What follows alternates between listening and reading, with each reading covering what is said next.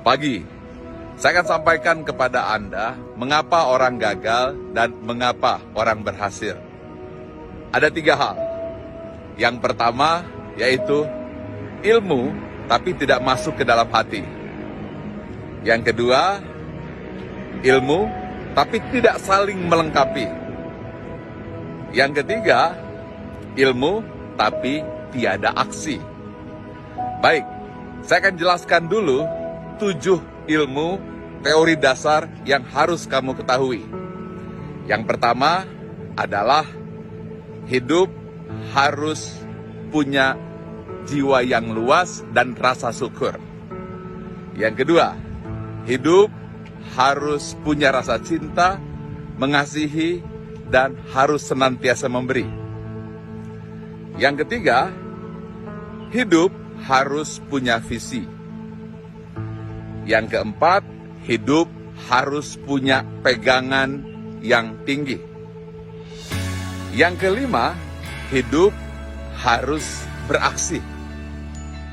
Yang keenam, hidup harus memperbaiki diri, ambil yang baik saja.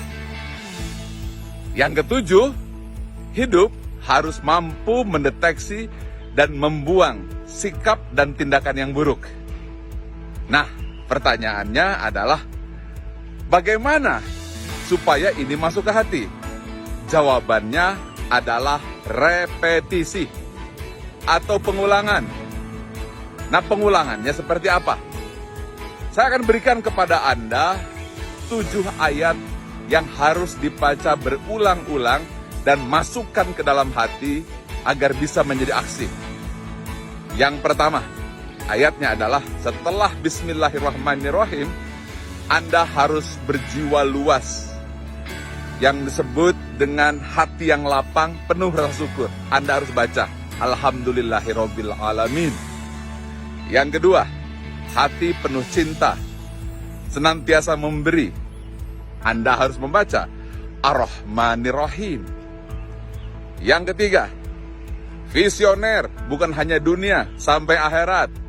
Anda harus ucapkan Maliki Yaumiddin. Yang keempat, Anda harus punya integritas, komitmen kepada yang maha tinggi. Bacaannya Iyyaka na'budu wa iyyaka nasta'in. Yang kelima, Anda harus action, jangan hanya teori. Lakukan dengan sepenuh jiwa. Ucapkan dari dalam suara perut. Ucapkan Ihdinas sirotol mustaqim. Yang keenam, Anda harus senantiasa evaluasi diri.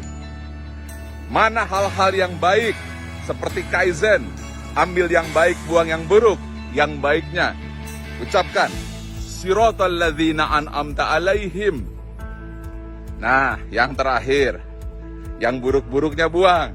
Jangan diulang-ulang lagi. Bacaannya Ghairil maghdubi alaihim waladhdallin. Amin.